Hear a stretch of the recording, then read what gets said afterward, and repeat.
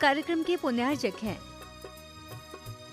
स्वर्गीय श्रीमंत सेठ हुकुमचंद जी कामरा की 11वीं पुण्य स्मृति। इस कार्यक्रम के श्रद्धान्वित परिवार पत्नी श्रीमती सुशीला कामरा, पुत्र विनोद कामरा, शशि देवेंद्र कामरा, नीलम राकेश कामरा, ज्योति सुनील कामरा, सपना मुकेश कामरा एवं समस्त श्रीमंत सेठ कामरा परिवार, ललितपुर, कामरा शूटिंग शर्टिंग, सूरत।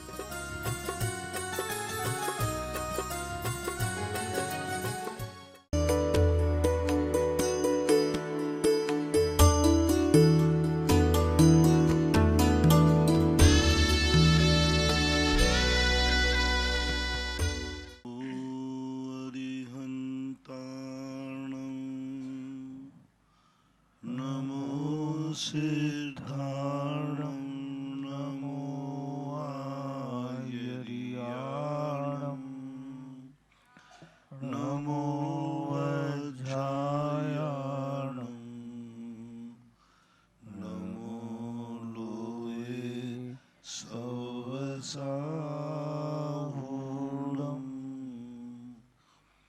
पंच परमेष्टि भगवान की जय हो। आचार्य श्री गुरुवर कुंद कुंद महाराज की जय हो। आचार्य श्री गुरुवर विद्यासागर महाराज की जय हो। परम पूज्य निरापक मुनि श्री 108 सुधा सागर जी महाराज की जय। समस्त मुनि संघ की जय। परम पूज्य मुनि श्री निष्कंप सागर जी महाराज की जय।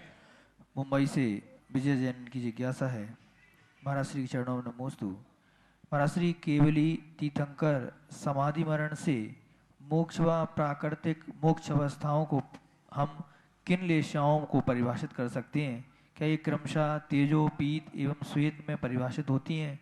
यानी पेड़ से कुछ कम पका फल तेजो, परिपक्व फल तोड़कर पकाना पीत व पूर्ण परिपक्व का पेड़ से गिरना श्वेत जैसे होंगे? कृपया समाधान करें।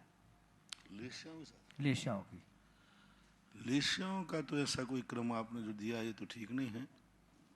परिपक्व लेशियाओं का संबंध होता है परिणामों से, उसके भाई कलर से नहीं। तो लेशियाएं दो प्रकार की हैं, एक द्रव लेशिया और एक भाव लेशिया। तो द्रव लेशिया में आप कह सकते हो कि ये हरा है, ये पीला है तो तेजो लेशिया है, सफ़ेद है तो शुक्ल लेशिया है। लेकिन इनको हम नियामक रूप से भाव लेशियाओं में घटित नहीं होगा। भाव लेशिया में होता है परिणामों के ऊपर आश्रित, कौन व्यक्ति किसको किस दृष्टि से मिटाना चाह रहा है।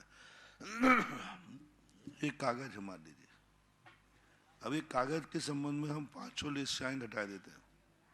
इस कागज को बिल्कुल मिटा दूंगा चाहे हमारे हाथ गंदे हो जाएं, तो ये हो गया कृष्ण लेशिया। नहीं, इसको मिटाऊंगा तो सही, लेकिन अपने की सुरक्षा करके। दूसरा कहता है इसको मिटाना तो है क्योंकि इसने मेरे लिए बाधा पहुंचाई है, मेरी आंख में चला गया था। तेजो लेशिया वाला कहता है मिटाऊंगा तो नहीं, लेकिन इसको सबक जरूर दूंगा। मिटाऊंगा नहीं इसको, लेकिन इसको सबक।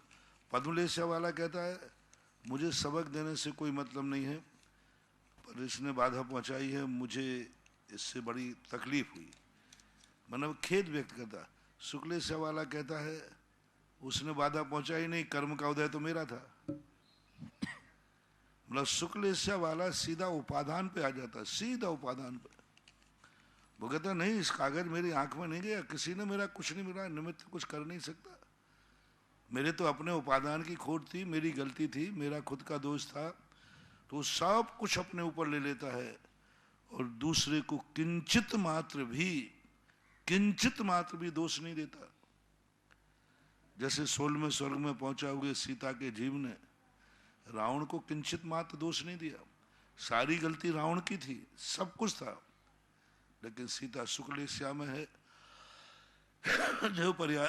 उनका नहीं, सब गलती मेरी है, मेरे उपादान में मेरे कर्म का उदय ऐसा नहीं होता तो निमित्त क्या कर लेता।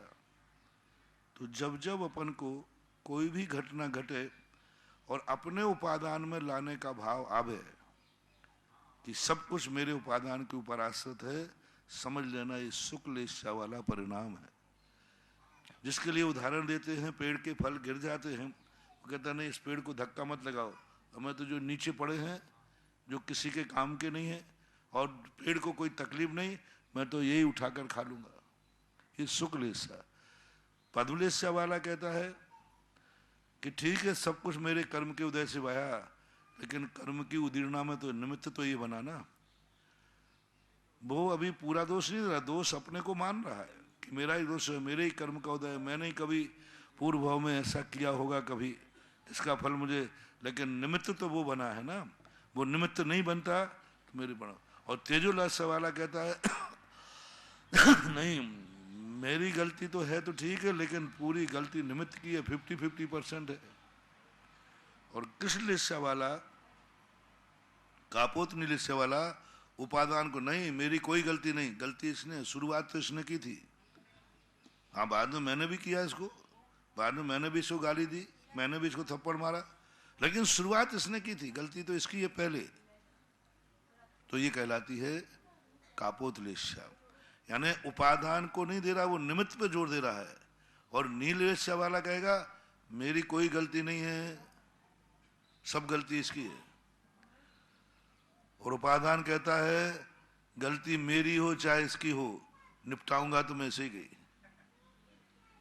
मेरी गलती है लेकिन मैं स्वीकार ही नहीं करूंगा। तो कृष्णलेस्या वाला ऐसे 6 परिणाम आत्मा में कहे गए हैं। उदाहरण दिया गया है कि एक आम के फल खाने को जड़ से पेड़ को काट देता है। एक फल तोड़ना था, बोले इस फल के लिए क्या करूं, मैं चढ़ तो पाऊंगा नहीं, तो इसको पेड़ जड़ से काट दो, फल अपने आप आ जाएगा।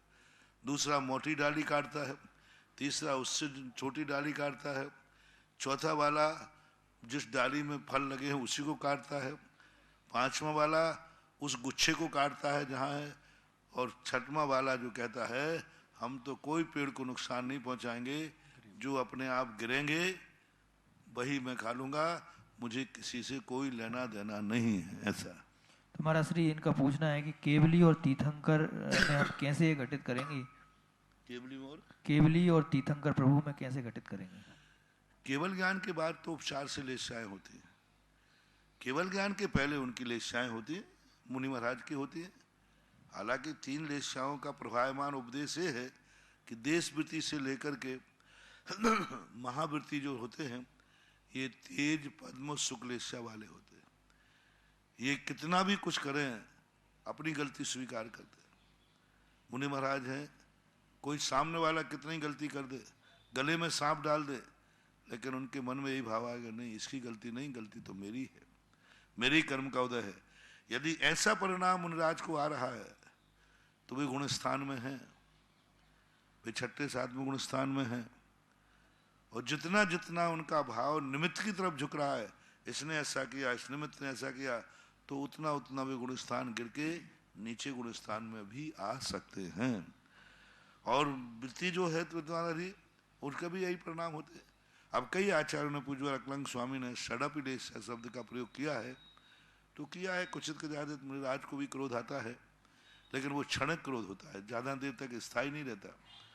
मतलब मुनिराज को कभी क्रोध आदि आए तो वो 47 मिनट के अंदर अंदर खत्म हो जाता है। कैसे ही न कैसे करके, जैसे सामायिक बैठेंगे, प्रतिक्रमण में बैठेंगे, वो सब जो कुछ हुआ था प्रतिक्रमण करते ही सब खत्म। हर एक घंटे में नया आवश्यक बदलता है, तो उसमें जाके हो जाएगा। अब तीर्थंकर जब गृहस्थ अवस्था में है तब उनकी 6 लेस्याएं पाई जा सकती। कहाँ तक? 8 वर्ष अंतर मुहूर्त तक। पूज्यवर उमा स्वामी महाराज के अनुसार, तत्वार सूत्र के अनुसार तीर्थंकर 8 वर्ष तक 6 लेस्याएं पाई जाती। ऐसा कोई भी भंग कर्म सिद्धांत में नहीं घटाया कि तीर्थंकर के अविरत चतुर्गुण स्थान में 4 लेस्याएं 3 लेस्याएं पाई जाती। एक ही उल्लेख है 6 लेस्याएं। जैसे वो 8 वर्ष अंतर मुहूर्त के होंगे तो पंचम गुण स्थान में पहुंच जाएंगे। तो पंचम गुण स्थान में तत्वार सूत्र के अनुसार शुभ लेस्याएं ही होती हैं 3। तो 8 वर्ष से लेकर के जब तक उनको केवल ज्ञान नहीं हुआ तब तक तीर्थंकर की 3 लेस्याएं होती हैं, 6-7वें गुण स्थान में भी।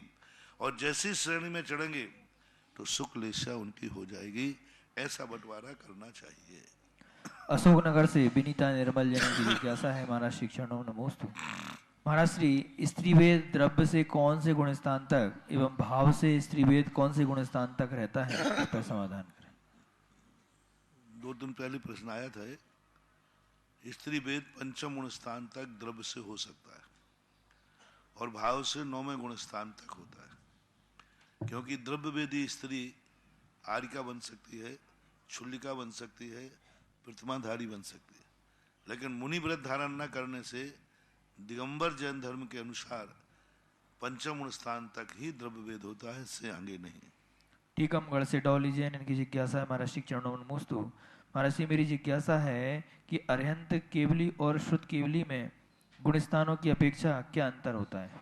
कोई अंतर नहीं। अरहंत और शुद्ध केवली, हाँ। अरहंत और शुद्ध केवली तो अंतर है।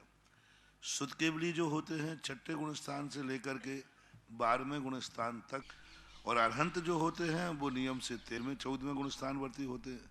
दोनों के गुण स्थान भिन्न हैं। कटनी से विकास जैन शास्त्री, इनकी जिज्ञासा है महाराज श्री चरणों में नमोस्तु। महाराज श्री जब किसी विधान में जैसे शांति विधान या भक्तामर विधान में कोई व्यक्ति बीच में आकर मारने पर एक श्रीफल चढ़ाकर चला जाता है, तो क्या यह क्रिया उचित है? इससे क्या फल मिलेगा? कृपया समाधान करें। नहीं चढ़ाना चाहिए। श्रीफल का है एक क्रम है, जब वो विधान कर रहा हो और विधान में पूरे विधान में बैठा हो तभी वो मारने पे श्रीफल चढ़ाएगा। यदि तुम दर्शन करने आए हो मारने पे श्रीफल चढ़ा दिया, नहीं, दोष है, आपको बहुत बड़ा दोष लगेगा, क्योंकि ना तो आपने स्थापना की है ना आपने विसर्जन किया है, ऐसा नहीं होगा। हाँ, मारने के ऊपर आप पूजा में बैठे हैं और व्यवस्था के अनुसार 10 लोग बैठे हैं, तो कोई एक ने चढ़ा दिया, कोई एक ने चढ़ा दिया, लेकिन आप कहीं ना कहीं पूजा कर रहे हैं, थाली पे पूजा कर रहे हैं।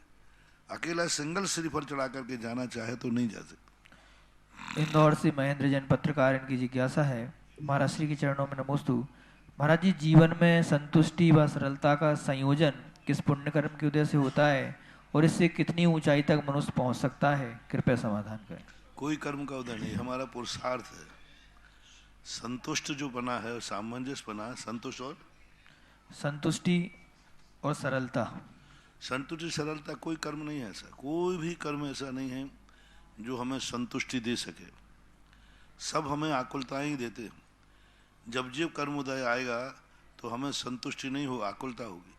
लोभ कसाय बढ़ेगी तो धन के प्रति आकुलता होगी, मान कसाय बढ़ेगी तो सम्मान के प्रति आकुलता होगी, षड्यंत्र मायाचारी आएगी तो माया का भाव आएगा, क्रोध तो सब जानते हैं। कोई कर्म ऐसा नहीं है जो तुम्हें संतुष्टि दे सके। संतुष्टि तो मात्र अपना पुरुषार्थ है, तत्व दृष्टि है, और इस संतोष के माध्यम से व्यक्ति पता नहीं कहाँ से कहाँ केवल ज्ञान प्राप्त कर ले। संतोषी व्यक्ति वो आप पूजा में रहे, सुखी रहे, संतोषी प्राणी, तो उसमें है। और सरलता भी किसी कर्म के उदय से नहीं है, हमारा पुरुषार्थ है। यदि हम धीरे धीरे अपने उपादान में कहें नहीं, मैं वक्रता छोड़ूंगा, सरलता करूंगा, जैसे आज प्रातः काल के प्रश्न में कहा था ना, कहीं ना कहीं अपने आप को ऐसा करो कि अंदर कोई चीज छुपाने का भाव नहीं आए। पहली बात तो ऐसा कृत्य मत करो जो हम किसी के सामने बता नहीं सकें। ऐसा मन में सोचो मत जो विचार हम किसी को बता नहीं सकें। ऐसा देखो मत जिससे हम दूसरों से आंखें चुराना पड़े। यदि आप कहीं देख रहे हैं, कोई ने पूछा क्या देख रहे थे, नहीं कुछ तो नहीं, अरे भाई देख तो रहे थे आप, कुछ तो नहीं, आखिर तुमने ऐसा क्या गलत देख लिया जो आपको कहना पड़ा कुछ तो नहीं। और अच्छी चीज देख रहे होते तो उसे क्या देख रहे, अरे वो देखो ना महाराज जी को देख रहा हूं ना, देखो ना भगवान को देख रहा हूं ना, पक्षी को देख रहा हूं ना, पेड़ को देख रहा हूं। आपने कुछ नहीं ये शब्द क्यों कहा? पहली बात देख रहे थे कि नहीं, पर किसी ने पूछा क्या देख रहे थे तो आपने कुछ तो नहीं, ये शब्द आपने क्यों कहा? यानी तुम्हें खुद फीलिंग है जो मैं देख रहा था वो कहने लायक नहीं है। बस यहीं से वक्रता शुरू होती है। अब दिन भर में ऐसे कितने का विचार हैं जो अपने मन में आते हैं, ऐसे गंदे विचार किसी को कह नहीं सकते, ऐसी गश्ती दृष्टि किसी से कह नहीं सकते। ऐसा सब निकल जाए, दोबारा कहना क्या हो नहीं बोल पाएंगे। तो ये कहलाती है सरलता। वहां से शुरू करें जब व्यक्ति कोई कार्य करते समय ये सोचे कि यदि यह कार्य है तो मैं किसी से छुपाना तो नहीं पड़ेगा। खास तौर से अपने उपकारी हितैषी से। कहीं ऐसा तो नहीं कि मैं ऐसा कार्य कर रहा हूं जो माँ बाप से छुपाना पड़े। ऐसा तो कोई कार्य करना ही नहीं जो गुरु से छुपाना पड़े, लेकिन होता रहता है। तो सरलता हमारा पुरुषार्थ है, व्यक्ति को तत्व दृष्टि लाना पड़ेगी। और जो इसलिए हमारे शास्त्रों में एक बहुत अच्छी बात आई, जिंदगी भर तुमने सब कुछ छुपाया, अंत में एक उत्तमार्थिक नाम का प्रतिक्रमण होता है। उस समय उससे कहा गया अब तुम्हें समाधि लेना है तो कुछ छुपा के मत मरना। कितना भी गंदा विचार आया हो कह दो, मैंने एक बार ऐसा विचार किया था, मेरे मन में एक बार ऐसा विचार आया था, मैंने आज तक छुपा के रखा, अब मत छुपाना। उत्तमार्थिक प्रतिक्रमण के अंदर वो वक्ता, वो छपक है, सब उगलता पूरी जिंदगी। यदि उसने एक भाव भी छुपा लिया, नहीं ये तो नहीं बताऊंगा, ये बता दूंगा तो मेरी तो पोल पट्टी खुल जाएगी, लोगों की श्रद्धा मेरे ऊपर से हट जाएगी, उसकी समाधि नहीं हो सकती, वो कितना ही संलेखना कर ले। उत्तमार्थिक प्रतिक्रमण में पूज्यवर शिवकोटि महाराज ने स्पष्ट लिखा, ऐसा निर्यापक आचार्य उसे बनाता है, इसलिए तो 12 साल लग जाते हैं। एक समाधि के लिए आचार्य को खोजने के लिए 12 साल की क्या जरूरत पड़ी? मरना ही तो है, किसी के पास मर जाओ, नहीं 12 साल इसमें खोजने लगाता है।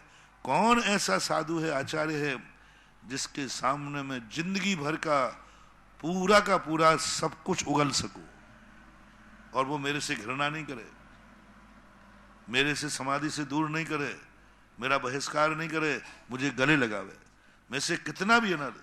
अब वो किसके सामने उगलू? ऐसी ऐसी बातें हैं, मान लीजिए किसी ने किसी का मर्डर किया था, निष्कर्ष ले रहा हूं, वो गवाह के अभाव में बरी हो गया, नहीं पकड़ा गया, और बाद में उसने मुनि दीक्षा ले ली और समाधि का समय है। अब वो बात किसको मालूम है और किसी को नहीं। अब वो बात किसको बताए? अभी बताते हैं तो 302 धारा, अभी बताते हैं तो सारी बदनामी, मरने के बाद बदनामी, अच्छे वो हत्यारा था। अब इतनी निकृष्ट बात जिंदगी भर छुपा के रखी उसने, लेकिन समाधि के समय वो कहता कौन ऐसा गुरु है जिसके सामने मैं बता दूं ये मर्डर मैंने किया था, ये चोरी मैंने की थी, ये पाप मैंने किया था। वो उस समय बताने का पूरा प्रयास। अब उसके लिए कोई गुरु ढूंढना पड़ता है, क्योंकि हर के सामने अंदर की बात बताई नहीं जा सकती। तो इतना सरलता उस समय आती है, सब कह डालता है, वो सबको चांगे से पीछे सब बोल करके और बिल्कुल निर्मल हो जाता है। नहीं, मेरे पास जो था सब कह दिया, उसको उत्तमार्थिक प्रतिक्रमण बोलते हैं। अब ये सारी परिणति सरलता, अपने आत्म पुरुषार्थ, कोई कर्म का उदय नहीं मिल सकता। ऐसा दिल्ली से प्रभा जैन की जिज्ञासा है, महाराज श्री चरणों में नमोस्तु। महाराज श्री, जैसे कि तपोदय अतिशय क्षेत्र बिजौलिया जी में पंच कल्याणक महोत्सव की संभावनाएं बन रही हैं। महाराज श्री, हमारी प्रार्थना है कि सहस्त्रकूट जिनालय का शिलान्यास भी एक साथ हो जाए तो हम श्रावकों को डबल पुण्यार्जक का अवसर मिल जाए। कृपया समाधान। आज तक मेरे से किसी ने कहा नहीं, अपन तो, मेरा तो देखो कहना सीधा सा है, तुम कहोगे नहीं, हम बोलेंगे नहीं। अब तुमने आज कहा है, क्यों नहीं हो सकता? मैंने तो एक बार कहा, पिछी परिवर्तन पे भी सोचा था, लेकिन अब पिछी परिवर्तन का समय अनुकूल नहीं बन पाया। मैंने तो ये कहा था, पिछी परिवर्तन दोपहर में होता है, सुबह बढ़िया पूरे 1008 लोग जितने, सबको बुलाया जाए, सब आकर सुना। ज्ञानोदय के अंदर जब 30-24 के कीर्ति स्तंभ का शिलान्यास हुआ, 720 लोग थे, 720 लोग ही आए, पूरे परिवार के साथ आए और 720 लोगों ने शिलान्यास किया। और फिर वो शिलान्यास कम से कम 6-7 दिन, 7 दिन तक वो शिलान्यास चला, क्योंकि सभी लोगों को एक साथ अनुकूलता नहीं थी। बाकायदा शुरुआत करके 7 दिन तक वो शिलान्यास में आकर उन्होंने शिलाएं रखी। तो कमेटी को आप चिताइए, कमेटी जागे। देखो मैं तो जागा हुआ हूं, कमेटी जागे तो काम बनेगा। और अभी से करोगे तब कहीं 1 महीने पहले उनको सूचना दोगे कि इस तारीख में हम शिलान्यास करेंगे। 1008 लोग हो ही गए लगभग 700-800 के लगभग पहुंच गए, 900 पहुंच चुके भैया। देखो ज्यादा जो पीछे लेट लतीफ वाले हैं वे रह ही जाएंगे। 1008 से ज्यादा नहीं है, और 900 तक यदि पहुंच गए हम तो 108 तो यूं हो जाएंगे। अब यदि आपने शिलान्यास का प्रश्न रखा है तो कमेटी वाले सुरेश जी, आप अपनी कमेटी से परामर्श करके और सबको 1008 लोगों को बुलाओ, हर व्यक्ति आकर 225 कमल भी हैं। हाँ वो तो हो गया, हाँ वो भी करना है, हाँ वो भी तो है। हाँ तो वो एक दिन ऐसा सिलाने लो, एक दिन उनको बुलाओ जिन्होंने 225 कमल स्थापित किए हैं, वे खुद अपने हाथ से ला करके कमल स्थापित करें, और उनको 225 के बाद समाचार जाना चाहिए। नाम बुलवाने के पहले उनको इतना मिलना चाहिए। और जो 1008 वाले हैं उनको ऐसी व्यवस्था बनाओ कि सबको शिलान्यास करने का मौका मिले। हाँ, शिलान्यास में जो राशि जो सामग्री रखी जाए वो इस मूर्ति में शामिल नहीं करना। शिलान्यास वालों, वो कन्नी थलिया होते ना, जो कुछ होते हैं, वो तुम अपने खुद के लाना और यहाँ से व्यवस्था कर देंगे। ज्ञानोदय में मैंने कहा था, तो ऐसी व्यवस्था आप लोग करें। बहुत अच्छा प्रश्न है। मूल शिलान्यास और 1008 शिलान्यास, कमलों की स्थापना, मूर्ति की स्थापना, ये सब एक दिन नंदीश्वर द्वीप की 2-3 दिन का कार्यक्रम रख लो। एक दिन नंदीश्वर वाले आ जाए, एक दिन 1008 वाले मेरू साजकुट आ जाए, एक दिन 225 आ जाए। अब वो सब कर लेंगे, तुम शुरू तो करो।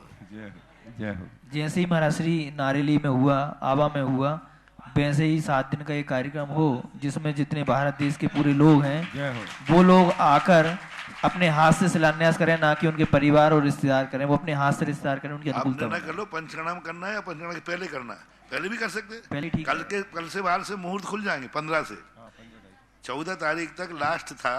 14 के बाद 15 से सब मुहूर्त खुल जाएंगे सबके, तुम्हारे भी खुल जाएंगे, हमारे भी खुल जाएंगे। अब यदि आप कमेटी चर्चा कर लो, पंचगाणा के पहले रखना हो तो पहले रख लो अलग से, और पंचगाणा में रखना हो तो उसमें रखो, कोई आपत्ति नहीं। जय हो। बोलिए परम पूज्य निर्यापक समर मुनि पुंगाव श्री सुधाकर महाराज की जय।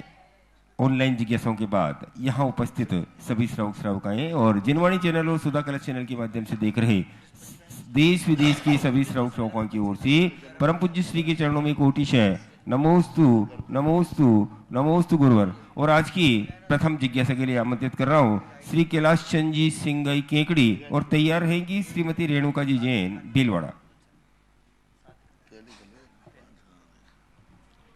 हे भगवान, नमोस्तु नमोस्तु नमोस्तु। मेरी जिज्ञासा अपने मंदिर जी में भगवान जो चंवर को लेके है।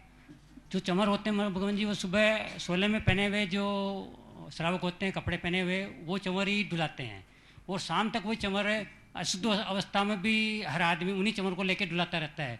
तो महाराज जी वो सही है या अलग अलग होने चाहिए? ये 3 चीजें मंदिर में बड़े परेशान करते हैं। 3-4।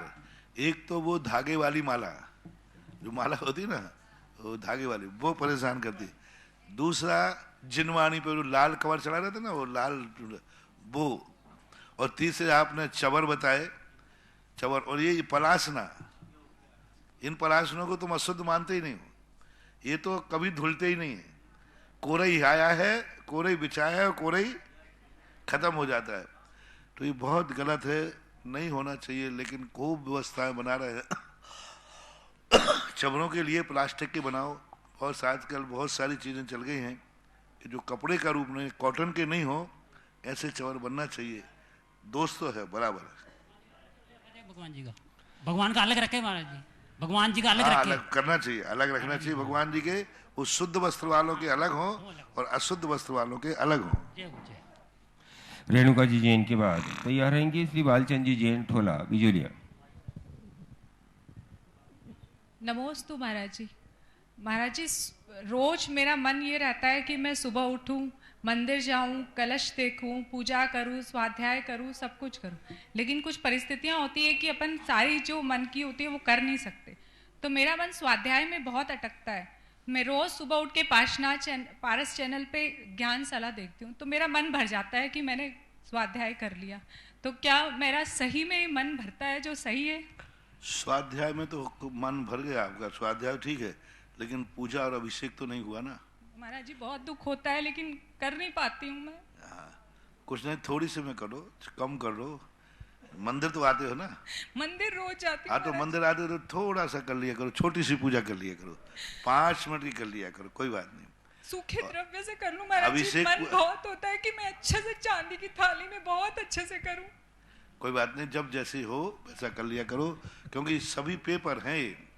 पेपर का अर्थ होता है कि सभी पेपर करना जरूरी है। अब उसमें किसी में थोड़ा टाइम लगता है क्योंकि वो लाइव का टाइम है। अच्छा, मन तुम्हारा पाठशाला में लग रहा है, कोई बात नहीं। मंदिर में पूजा को थोड़ा कम टाइम दो, छूटना नहीं चाहिए। कम टाइम और अधिक टाइम में तो बहुत अंतर है, छूटना नहीं चाहिए। गंधोदक कभी नहीं देख पाए तो घर के कोई सदस्य से कह दीजिए हमारा गंधोदक ला के दीजिए। आप लोगों का टाइम अलग होता है, अभिषेक में बोलियां लग रही हैं, टाइम लग रहे हैं, अब महिलाएं उतनी समय तक नहीं बैठ पाती हैं तो घर जाएं, लेकिन किसी से गंधोदक जरूर ले लें। गंधोदक लेने से आपके अभिषेक का नियम पूरा हो जाएगा, लेकिन पूजा आपको संक्षेप में करना चाहिए, थोड़ी सी करो, करना चाहिए। महाराज जी एक और मेरा जिज्ञासा है। मेरे बच्चा अभी 8 से 10 साल का है। मेरी इच्छा रहती है मैं उसको हर संडे को कलश करने ले जाऊं, लेकिन मेरी इच्छा रहती है सब मंदिरों में ले जाऊं, उसको भगवान से एकदम यूज टू करा दूं। लेकिन जैसे मंदिर लेके जाती हूँ, जैसे तैयार होके वो कलश करने आता है, सब जने उसको पूछते हैं कि आज तुम्हारा बर्थडे है, तुम्हारी एनिवर्सरी, मेरे को पूछते हैं तुम्हारी एनिवर्सरी है इसलिए बेटा कर रहा है। तो उसके मन में ये होता है, बेटे के मन में, मम्मी इसे बर्थडे को ही करते हैं क्या अभिषेक? तो बहुत खराब लगता है ये। तो उससे कह सकते हो क्या चॉकलेट बर्थडे को ही खाते हैं क्या? केक बर्थडे को क्यों काटते हैं? और किसी दिन भी तो काटी जा सकती है। तो उनको बताओ कि आज का दिन विशेष होता है। जैसे व्यक्ति को जैसे प्रतिदिन अपन सामान्य भोजन करते बर्थडे पे केक क्यों खाते हैं? प्रतिदिन सुबह होता है, बर्थडे पे सब तुझे बधाई क्यों देते हैं? सबको कहते तेरा बर्थडे है। तो इसी प्रकार उसको ये समझाएं कि ये विशेष काल है। इसका अर्थ ये नहीं है कि अन्य कालों में नहीं करना चाहिए, करना चाहिए। बालचंद जी के बाद तैयार रहेंगे श्री सुगन चंद जी झांझरी भीलवाड़ा। तब से गुरु का जीवन निखरता है, सुधा सागर जी की वाणी में अमृत बरसता है। हमारे हर कठिन का प्रश्न गुरु सुधा सागर जी से मिलता है। नमस्ते गुरुदेव, नमस्ते गुरुदेव, नमस्ते गुरुदेव। मेरी जिज्ञासा गुरुदेव ये है कि धन पुण्य से मिलता है या पुरुषार्थ से? अगर पुण्य से मिलता है तो फिर पुरुषार्थ क्यों करें, और पुरुषार्थ से मिलता है तो उसमें पुण्य कितना करें? दोनों का बराबर कांटा है। खेत में बीज पुण्य से नहीं बोया जाता, पुरुषार्थ से बोया जाता है। लेकिन बीज बोने के बाद जो फसल आती है वो पुरुषार्थ से नहीं आती, कर्म से आती, पुण्य से आती, भाग्य से आती है। पहले उसने पुरुषार्थ किया, बोया। कोई भी कर्म ऐसा नहीं है, पुण्य नहीं है जो तुम्हें बोआ दे। बोना तो हमारा पुरुषार्थ है, लेकिन बोने के बाद फिर भाग्य है, फिर पुण्य है। इसलिए धन पुण्य से ही आता है। ऐसा यदि मान लिया जाए तो दीपक अपने आप जलना चाहिए, लेकिन पुण्य पुरुषार्थ से ही आता है। तो ना जाने कितने लोग सुबह से शाम तक सिर से पहाड़ फोड़ते हैं, कुछ नहीं मिलता। तो हमारे यहाँ पुरुषार्थ और पुण्य, भाग और पुरुषार्थ दोनों का ऐसा गठबंधन है, दोनों चाहिए, एक साथ दोनों चाहिए। पुण्य का उदय होगा तभी पुरुषार्थ पकेगा, और पुण्य जब पकेगा जब कोई पुरुषार्थ करेगा। रोटी थाली में भाग्य से आ सकती है, लेकिन मुंह तक गिलास में कोई कर्म नहीं जो गिलास में अपने आप पहुंचा दे मुंह में। थाली तक तो पुण्य से आ रही है कि कोई ला करके पटक देगा, लेकिन उसके बाद अब नहीं महाराज एक और है, कोई यदि हमारा व्यक्ति आए तो मुंह में ही खिला दे, चलो यहां तक ठीक है, फिर मुंह चबा भी वही लेगा। अरे भाई यहां तक हो जाए कि कोई रोटी को मुंह तक दे देगा, लेकिन मुंह के बाद अंदर निगलना किसको पड़ेगा? तो वो पुरुषार्थ हो गया।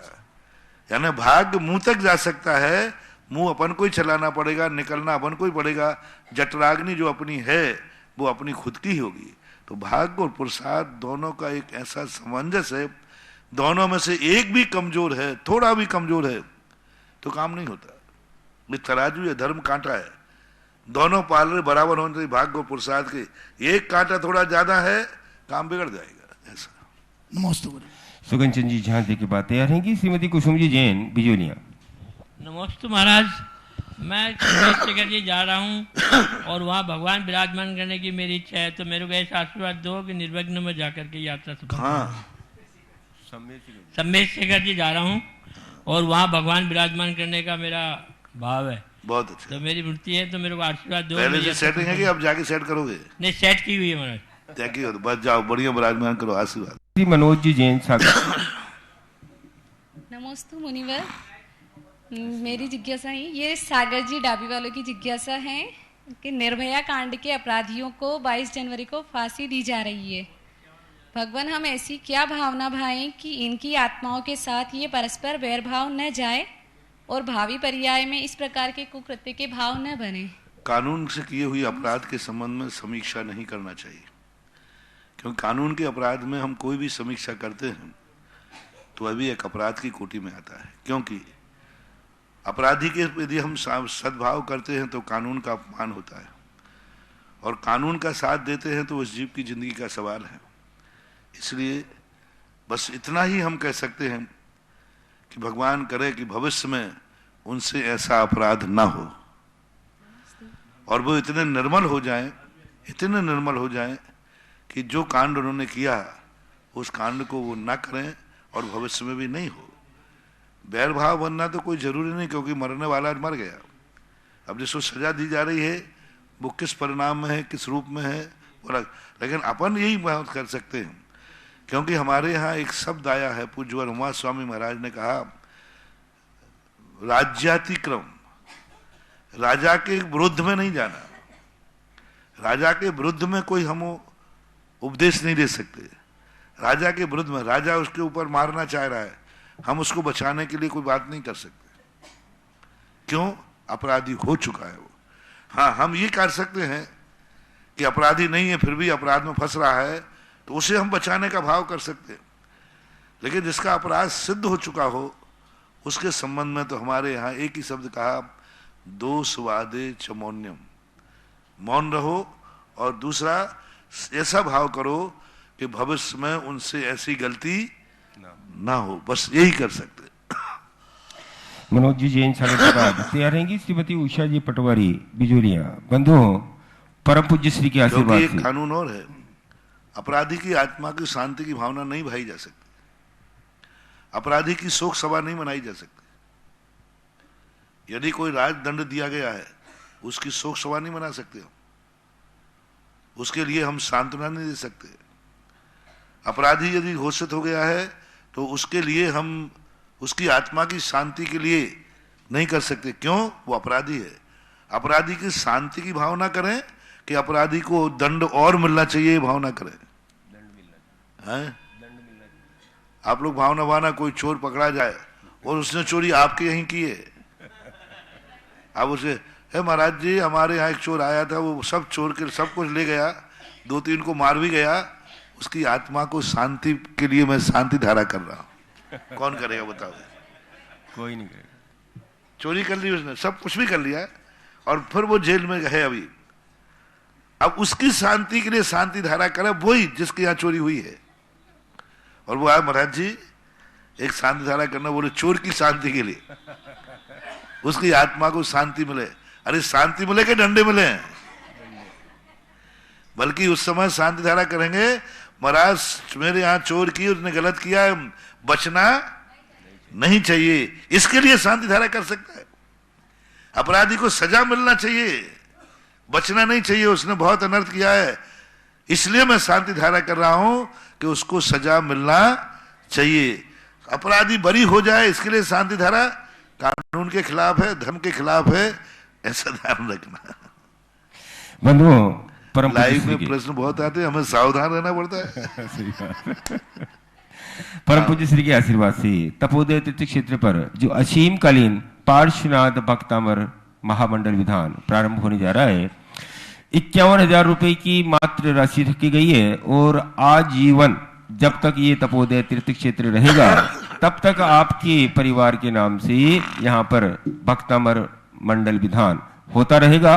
तो इस वक्तंबर विधान के लिए आज जिन लोगों ने स्वीकृति दी है, श्री शिखरचंद जी क्रांति शैलेंद्र सत्येंद्र जैन भोपाल, श्रीमती सुमन देवेंद्र कुमार जैन ग्वालियर, श्री अंकित कुमार जी मोहित जी मामचंद जी, श्रीमती अमन जी जैन रावत भाटा, रमेश कुमार जी श्रीमती राजेश जैन साकुनिया महावीर नगर थर्ड कोटा, महिपाल जी किरण डॉक्टर अभिनीत, प्रियंका जैन सिविल लाइंस ललितपुर, सुरेश चंद जी शशि जैन, नितिन मीनाक्षी जैन पहाड़ी गली विकास नगर देहरादून, और श्री सुगन चंद जी श्रीमती भगवती देवी विजय कुमार अजय कुमार कुलदीप झांझरी परिवार भीलवाड़ा, इन सभी लोगों ने एक एक वक्तंबर विधान यहाँ करने की स्वीकृति दी है और सौभाग्य प्राप्त किया है। आप सभी के सौभाग्य की अनुमोदना जिज्ञासा करेंगे।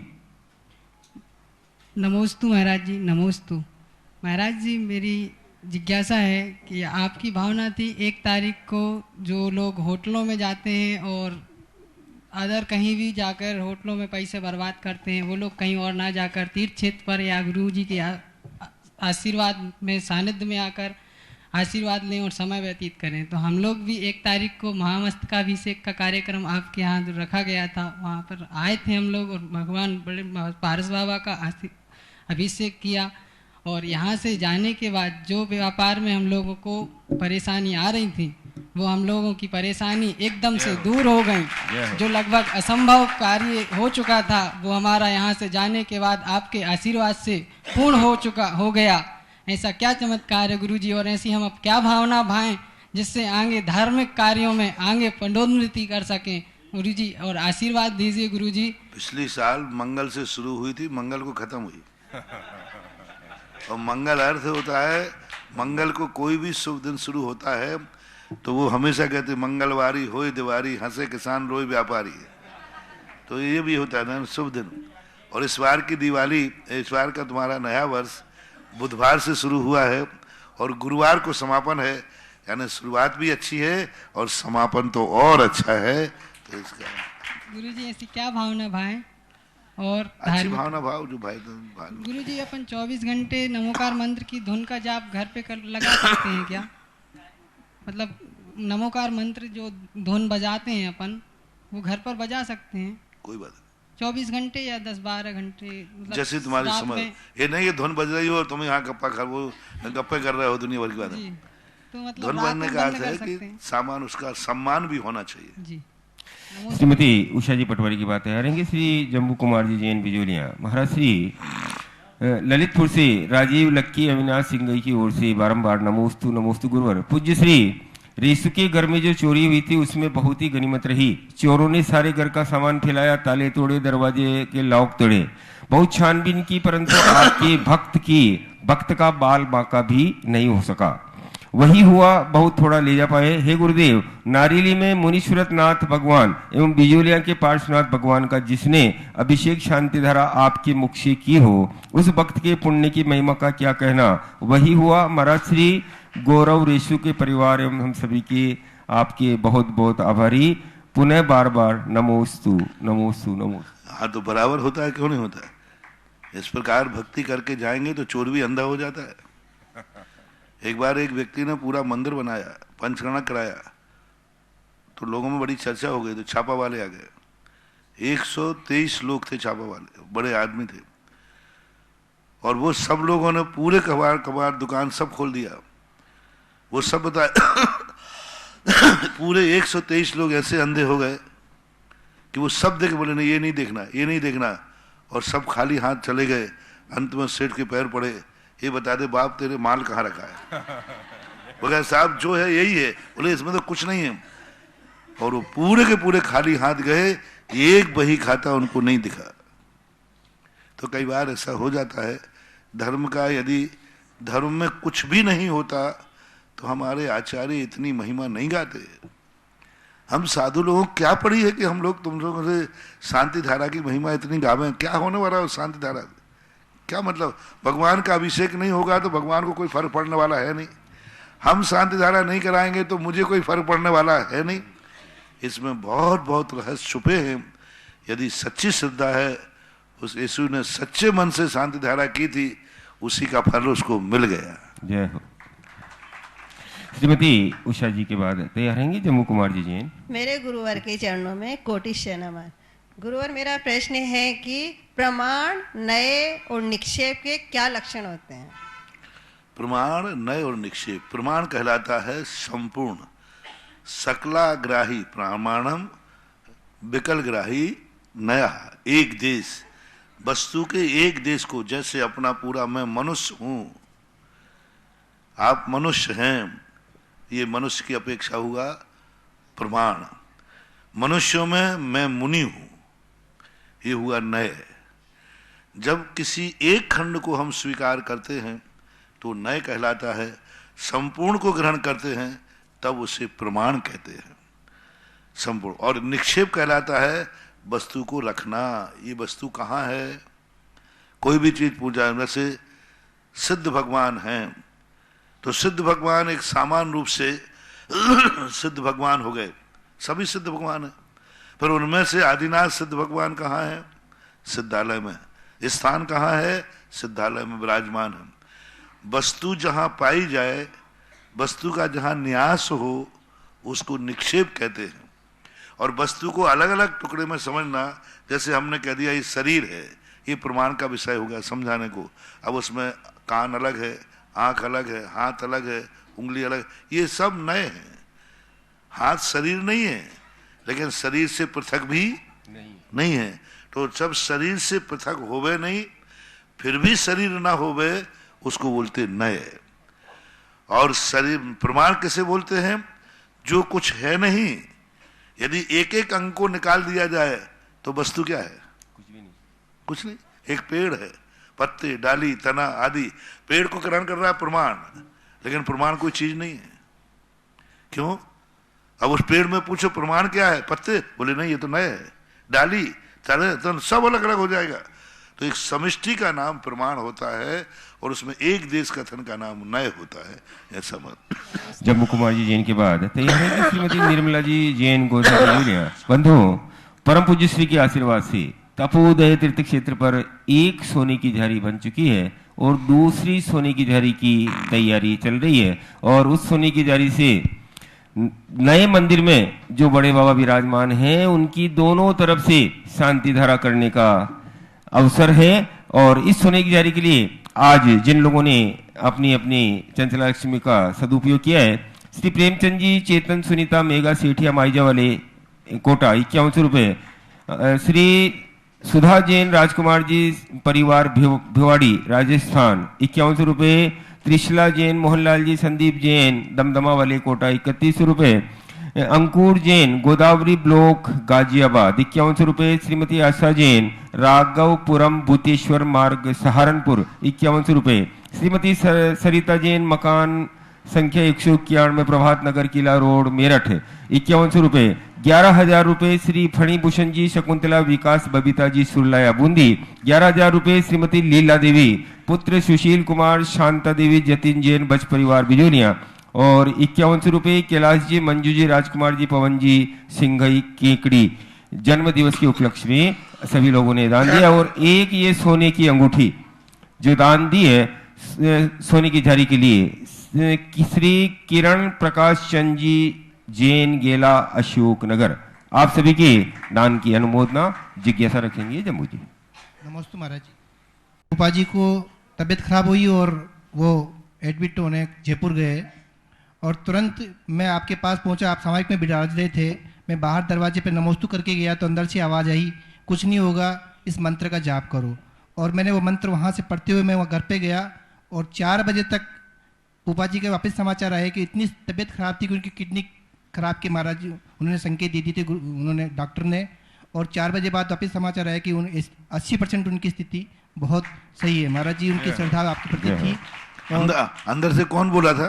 महाराज जी आपकी आवाज़ मेरे कानों में सुनाई दी। वाह वाह। देखो तो सुधासागर 2 है, एक अलग एक मौन रहने वाला, क्योंकि अंदर यदि किवाड़ बंद है तो इसका अर्थ है कि या तो मैं सामायिक में हूँ, सामायिक में थे महाराज जी, या तो सामायिक में तो मैं मौन हूँ। अब मेरा एक दूसरा रूप है जो बोल रहा था इनसे। ऐसे कई बार बहुत सारी घटनाएं घटी। मैंने कहा भैया मैं सामायिक में हूँ। बोले नहीं, आप जो आप सामायिक हो आप जानो, मुझे तो आप बोले थे आवाज आई थी। अब ऐसे सुधा सागर से कौन बचे बताओ, इसको क्या करें। नमस्ते महाराज। अब नगर मुझे आवाज आई और आपकी आवाज थी, अब बताओ खामो खामे हमें परेशानी में डाल देंगे कि नहीं। महाराज जी मेरी जिज्ञासा ये थी कि आर्त ध्यान और रौद्र ध्यान कौन से गुणस्थान तक रहता है? आर्त ध्यान और रौद्र ध्यान। रौद्र ध्यान का गुणस्थान पंचम है। पंचम गुणस्थान तक जब तक गृहस्थी है तब तक रौद्र ध्यान की संभावना है, क्योंकि परिग्रह आदि वस्तु मिलने पर आनंद की अनुभूति होती है कि बहुत अच्छा कर रहा। यहाँ तक कि तुम वृत्ति भी बन जाए तो उनमें भी इच्छा होती है। तो पंचम गुण स्थान तक रौद्र ध्यान होता है और छठे सातवें गुण स्थान में निदान को छोड़ करके, निदान नाम का एक आर्त ध्यान होता है। आर्त ध्यान के 4 भेद होते हैं, 3 आर्त ध्यान छठे गुण स्थान तक होते हैं और बाकी के पंचम गुण स्थान तक होते हैं। रौद्र ध्यान पहले से लेकर पंचम तक, आर्त ध्यान पहले से लेकर छठे तक। सम्यक दृष्टि को भी रौद्र ध्यान होता है? सम्यक दृष्टि को हाँ होता है, पंचम गुण स्थान तक है। चौथे गुण स्थान में आर्त ध्यान होता है। आर्त ध्यान का अर्थ क्या? आनंद मनाना। हिंसा में आनंद, झूठ में आनंद। ऐसा झूठ बोला कोई पकड़ में मजा आया, मैंने ऐसा छकाया उसको कि वो समझ ही नहीं पाया कि मैं झूठ बोल रहा हूं कि सही। ये मृषानंद। चोरी की वस्तु कोई आपने 2 नंबर की वस्तु खरीदी, कहीं ले आए, चुंगी चौकी फाड़ कर ली, मजा आ गया, कोई नहीं देख पाया, तो ये आनंद आ गया कि कोई ना देख। तो आनंद इसी प्रकार ब्रह्म का आनंद, पंचेंद्रियों के विषयों में आनंद मनाना, मजा आ गया। और परिग्रह का आनंद, आज मुझे बहुत लाभ हो गया, मजा आ गया। देखो मुझे आज, मैंने उम्मीद नहीं की थी कि आज ये माल इतने में बिकेगा, आज तो बड़ी जम की प्रॉफिट हुई, चलो सबको मिठाई बांटते हैं। ये रौद्र ध्यान हो गया, परिग्रहानंद। तो ये सारे का आनंद, किसी भी पंचेंद्रिय के विषयों में आनंद की अनुभूति करना रौद्र ध्यान है और यह अनुभूति पंचम गुण स्थान तक होती है, मुनिराज को नहीं। मुनिराज पंचेंद्रियों के विषय मिलने पर भी आनंद की अनुभूति नहीं करते, उसके प्रति खेद व्यक्त करते हैं, उसके प्रति सोचते हैं ये कब छूटेगा मेरा ये परिणाम। भोजन भी करते हैं तो वे रसना इंद्री में आनंद नहीं मनाएंगे बल्कि उसको भी त्याग करने का भाव करेंगे। इसलिए रौद्र ध्यान को पंचम तक, आर्त ध्यान को छठे तक। नमस्ते महाराज। निर्मला जी जैन की बात तैयार रहेंगी। ब्रह्मचारी श्री जिनेन्द्र कुमार जी जैन दद्दू बंधुओं, भक्तामर विधान के लिए एक नाम और आया, श्री संदीप जी, रचना जी, ऋषभ जी, सौरभ जी जैन लखनऊ, और आज परम पूज्य श्री की आहारचर्या का सौभाग्य प्राप्त किया था। श्री गिशीलाल जी, शिव कुमार जी, प्रकाश जी, लोकेश जी, विनोद जी, अचल जी, काला परिवार सलावटिया, और ये सौभाग्य प्राप्त करके इनने 1 लाख रुपए की राशि से एक प्रतिमा सहसकूट जिनालय में विराजमान करने का सौभाग्य प्राप्त किया है। और राजेंद्र कुमार जी, कुसुम कुमार जी जैन क्रेशर वाले बरेली, उनने भी सोने की झारी के लिए 11,000 रुपए की राशि की घोषणा की है। सभी के पुण्य की अनुमोदना जिज्ञासा करेंगी निर्मला। मेरे गुरुवर के चरणों में गोदा परिवार की ओर से बारंबार नमोस्तु। कहते हैं कि गोली का घाव बढ़ जाता है लेकिन बोली का भाव घाव जन्म जन्म तक बना रहता है। गोली तो एक ही जीव को मारती है लेकिन बोली न जाने कितने जीवों का संवार कर देती है, और बोली में इतनी क्षमता है कि सारे देश को विनाश कर सकती है। तो महाराज जी, ये जीवा इतनी तलवार के समान क्यों है? और आपने प्रवचन में ये बोला कि ये आंख बुरा भी देखती है और अच्छा भी देखती है, तो जीव का भी तो है महाराज जी इसमें। अच्छा भी देती, बुरा देती, तो ये आंख है तो बुरा भी देखती है और अच्छा भी देखती है। आपने प्रवचन में बोला था आंख अच्छा भी देखती, बुरा भी देखती, फिर हाँ, तो ये जीभ इतनी खराब क्यों है जो तलवार के समान है? रचना वे सारी इंद्रियां एक से बढ़ के एक हैं। आंखें भी बहुत खतरनाक हैं, आंखों से व्यक्ति पता नहीं कितने कितने अनर्थ भी कर लेता है। कान भी खतरनाक है। वो तो जो इंद्रियां हैं वे अपने, रसना इंद्री का मात्र 2 काम, चखने का भी है, रसना इंद्री बोल भी देती है। यदि रसना इंद्री जिब्बा कट जाए तो बोल नहीं पाता। और इंद्रियों के एक ही काम है, इसके 2 काम है। और यह इंद्री, क्योंकि जो कान जिब्बा है इसमें हड्डी नहीं होती, लचर होती है। कब क्या बोल दे तो ऐसा, इसलिए है स्वभाव पड़ा हुआ है। इसलिए रसना इंद्री का दोष नहीं है वचन में। हमारे वचन जो गलत भाव से निकलते हैं वो दोष है।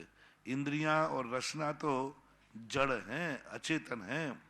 इनके प्रति जो हमारी आत्मा की नियत है, जो नियत है वो अच्छा बुरा कराती है। बाकी इंद्रियां कभी अच्छी बुरी नहीं होती, वो तो जड़ है, अचेतन है। ऐसा। और सुबह महाराज जी आपने प्रवचन में बोला कि महिलाएं जब भोजन बनाती है तो उनको कोई कहे तो भोजन करें, तो महाराज जी हमको कोई कहता ही नहीं है तो फिर भोजन नहीं करेंगे क्या करें? तुम लोग बेशरम हो, खा लेती, मैं क्या करूं? सबको परोस के बैठ जाना चाहिए भाई, अपन को तो कोई दे तो ठीक, तो कोई ना कोई कहना चाहिए किसी ना किसी को। तुमने परंपरा ऐसी डाल दी, एक दिन उपवास कर लो, कल से दिन नहीं कहने बैठ जाए, तो कह रहा हूं मैं। हाँ, एक दिन बोले कि आज उपवास हो गया, क्यों नहीं खाया? बोले किसी ने कहा ही नहीं, तो तुम्ही ने तो बनाया था। बोले बनाया तो तुमने था, कमा तो तुम लाए थे, बाप तुम्हारा माल है। तो जो मैंने, देखो मैं दोनों व्यवस्थाएं बनाता हूँ। तो उपवास भी तो नहीं होता महाराज जी? अरे एक टाइम तो करो महाराज जी। चलो एक दिन एक कह देना, कल से मेरे से यदि कोई भोजन को नहीं कहेगा तो मैं नहीं करूंगी, पहले से बोल दो, चलो खत्म बात हो गई। मैंने ऐसा नियम ले लिया है।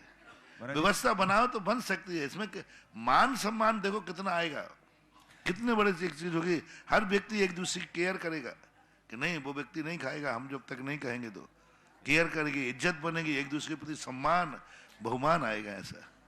नमस्ते महाराज। जितेंद्र कुमार जी दद्दू, और उसके बाद तैयार रहेगी अलका जी जैन बिजोलिया, और एक 11,000 रुपए की राशि सोने की जारी में गुप्त दान के रूप में चिंचवड़ पूना से भी आई है आपकी दान की अनुमोदना, और 51,000 रुपए की राशि से बख्तामर महामंडल विधान करने का सौभाग्य प्राप्त किया है। गुंगरावत नितेश कुमार जी, रमन लाल जी, शकुंतला, कुसुम, प्रियल, चिंतन जैन, खांदू कॉलोनी, बांसवाड़ा, आप सभी के पुण्य की अनुमोदना जिज्ञासा करेंगे। मेरे गुरुवर के चरणों में बारंबार नमोस्तु नमोस्तु नमोस्तु। गुरुवर जिन बिंब दर्शन से सम्यक्त होता है तो सभी 98% लोग भगवान के दर्शन करते हैं, तो क्या सभी सम्यक दृष्टि हो जाते हैं?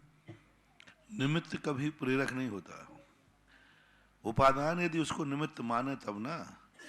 दर्शन करने मात्र से सम्यक दर्शन होता है ऐसा नहीं कहा, लेकिन सम्यक दर्शन दर्शन से होता है।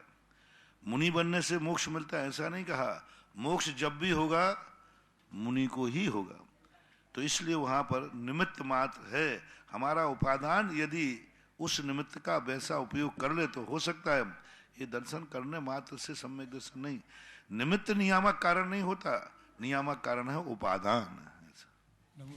अलका जी जैन बिजोलिया, और उसके बाद तैयार रहेगी मीना जी जैन बिजोलिया।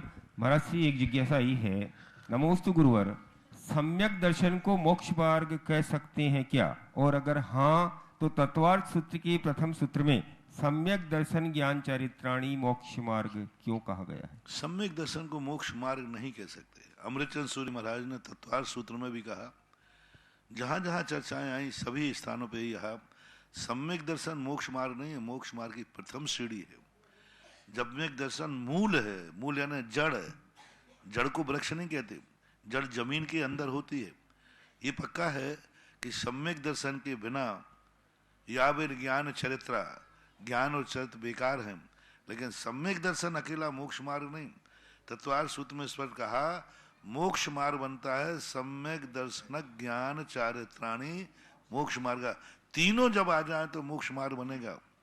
यूं कह लो अपन, मोक्ष मार्ग तीनों के आने के बाद बनेगा। लेकिन दो रास्ते होते हैं, एक स्टेशन के बाद और एक घर से स्टेशन। सम्यक दर्शन हमें घर से स्टेशन तक ले जाता है और सम्यक चारित्र स्टेशन से शिखर जी ले जाता है। यूं मान के चलो तो अब वो तीनों मिल जाएंगे।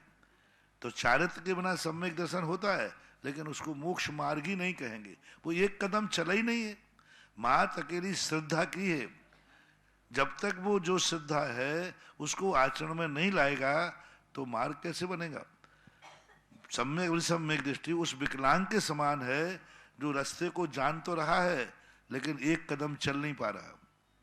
तो विकलांग कहा सम्यक दर्शन को। वो जान रहा है कि ये रास्ता है लेकिन वो जा नहीं सकता। हमारे यहाँ एक उदाहरण आता है, बहुत अच्छा उदाहरण।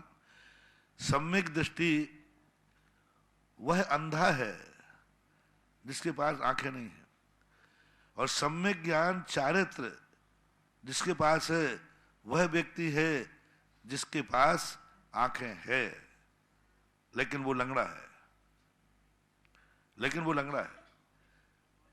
यानी आंखें हैं लेकिन पैर नहीं है, और इसके पास आंखें हैं और आंखें नहीं हैं, आंखें हैं पैर हैं, दोनों अंधे और लंगड़े मर गए। और ये दोनों जंगल में आग लगी, दोनों क्या होंगे? एक अंधा है, उसको दिख ही नहीं रहा कि आग आ रही, और एक लंगड़ा है, देख रहा है लेकिन। तो अविरस सम्यक दृष्टि कैसा है? अंधा है, नहीं आंखों वाला है लेकिन लंगड़ा है, लंगड़ा है, चारित्र नहीं, भाग नहीं सकता। वो देख रहा है आग लगी है, ये आग आ गई, ये आग आ गई, मोक्ष मार्ग देख रहा है लेकिन वो भाग नहीं सकता। और सम्यक चारित्र कैसा है? जिसके पास पैर नहीं है, नहीं आंखें नहीं हैं, पैर तो हैं, तो दोनों मिल जाए तो, यानी अंधे के कंधों पर यदि लंगड़ा बैठ जाए तो लंगड़ा रास्ता दिखाता जाए तो अंधा चलता जाएगा। इसलिए सम्यक दर्शन ज्ञान चारित्र को ऐसा मानना चाहिए। नमोस्तु गुरु। अलका जी जैन और मीना जी ठुला तैयार है। नमोस्तु महाराज जी, नमोस्तु महाराज जी। महाराज जी, ये जिज्ञासा मालपुरा से आई है, उनका कहना है कि क्या मूल नायक भगवान को उठा सकते हैं क्या? परिस्थिति क्या है ऐसा पूछना पड़ेगा, ऐसा एकांत से हम नहीं बोल सकते। किस लिए उठाना, क्यों उठाना, काहे के लिए उठाना, ये सब पूरी की पूरी उसकी जानकारी हो तब निर्णय दिया जा सकता है। मीना जी ठोला की बात तैयार है। श्रीमती मंजू जी पांड्या इंदौर। दोनों माइक इधर दे दो। हाँ चलिए आप पूछ लीजिए। नमोस्तु गुरुवर, मेरे परिवार की तरफ से बारंबार। हे गुरुवर, स्वाध्याय में आया है अनंत भगवान को आराधक और सिद्ध भगवान को आराध्य माना है, तो दोनों हमारे आराध्य होते हुए भी अनंत भगवान को आराधक क्यों माना है? आराधक और सिद्ध भगवान को आराध्य। आराधक किसी अपेक्षा से कहा गया होगा, संभवतः ये हो सकती है क्योंकि वो अभी रास्ते में हैं, वो अभी सिद्ध बनना चाह रहे हैं, तो अनंत भगवान को हम आराधक कह सकते हैं। जिसको जो प्राप्त करना है वो आराध्य कहलाता है, और जो प्राप्त करने वाला होता है वो आराधक कहलाता है। किसी भी चीज में लगा देना, जिसको हमें प्राप्त करना है, अनंत को अभी सिद्ध पद प्राप्त करना है, तो सिद्ध पद उनको आराध्य है, साध्य है, और वे अनंत पद में हैं तो वे चाह रहे हैं तो वो आराधक कहलाते हैं। इस अपेक्षा से मानना, क्योंकि इसमें अपेक्षा लगाना पड़ेगी। सामान्य से आराध्य आराधक भाव निचले गुण स्थानों में घटित होता है, अरहंत और सिद्धों में आराध्य आराधक भाव को हमें कोई विशेषता को लेकर के ही कथन करना पड़ेगा। नमोस्तु गुरु। मंजू जी पांड्या और उसके बाद तैयार रहेगी ममता जी जैन बोराव। नमोस्तु महाराज जी, नमोस्तु महाराज जी, नमोस्तु महाराज जी। महाराज जी, मैंने अभी 15-20 दिन पहले आपके नींद में मैंने सुबह 6 बजे ना आपके दर्शन किए थे, पर आज आप बिल्कुल साक्षात आपके दर्शन कर लिए मैंने। बस इतना चाहती हूँ कि आप मुझे आशीर्वाद दीजिए ताकि मेरा सपना पूरा सच हो जाए। आशीर्वाद। नमोस्तु महाराज। ममता जी जैन बोराव। नमोस्तु गुरुवर, मेरे और मेरे परिवार की तरफ से बारंबार नमोस्तु। महाराज जी, मेरा प्रश्न है कि रूपस्थ ध्यान जो द्रव्य संग्रह में बताया है, तो वो किसका भेद है और किस प्रकार से? पिंडस्थ पदस्थ रूपस्थ रूपातीत। रूपस्थ ध्यान करता कहलाता है हमें किसी स्वरूप का, आकार का, जैसे मुनि महाराज का ध्यान करना, मूर्ति का ध्यान करना, कोई आकार विशेष का ध्यान करना वो रूपस्थ कहलाता है। पिंडस्थ और पदस्थ में अलग चीज होती है। पदस्थ में हम मंत्र लेते हैं, अक्षर लेते हैं, पदस्थ कहलाते हैं। पिंडस्थ में हम अपने आप को आधार बनाते हैं, और रूपस्थ में हम जैसे अनंत भगवान, जैसे पारसनाथ भगवान है, हम पारसनाथ को ध्यान करेंगे, उनकी आकृति हम सामने ले ली और सामने रख करके हम उनके गुणों का चिंतन करते हैं, तो रूपस्थ कहलाता है।